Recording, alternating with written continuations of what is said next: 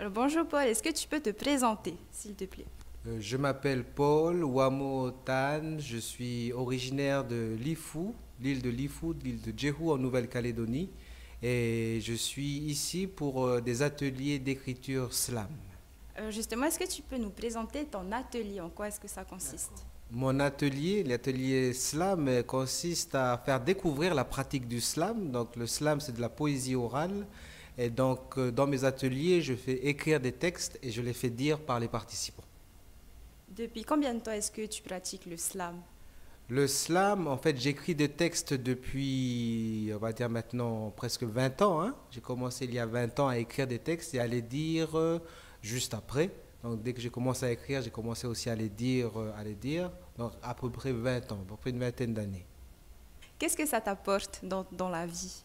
L'écriture, j'ai commencé par écrire des textes. Donc, pour moi, l'écriture, ça a été un moyen d'expression qui m'a sauvé un peu pour faire sortir les cailloux que j'avais dans la tête. C'est ce que j'explique toujours en atelier. Donc l'écriture pour moi était un moyen d'expression qui m'a sauvé. Donc il m'a permis de m'exprimer, de faire sortir des choses que je n'arrivais pas à dire. Et donc des douleurs, même des joies aussi, des charges que je n'arrivais pas à évacuer de mon esprit. Et donc l'écriture m'a permis de faire cela. Donc tu écris plutôt par passion, par devoir ou par plaisir? Par besoin. J'écris d'abord, j'ai commencé par écrire par besoin. J'avais besoin d'écrire, j'avais besoin de dire des choses et l'écriture a été là pour me permettre de faire sortir ces choses-là. Donc si j'avais pas écrit, ben, je serais peut-être plus sur cette terre aujourd'hui.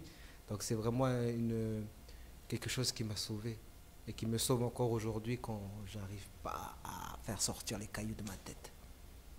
Est-ce qu'il y a un artiste qui t'inspire en particulier? Jacques Brel. Jacques Brel est un artiste qui m'inspire dans l'interprétation des textes, dans l'écriture aussi, mais surtout dans sa force d'interprétation. Voilà. D'accord, merci. Merci à vous.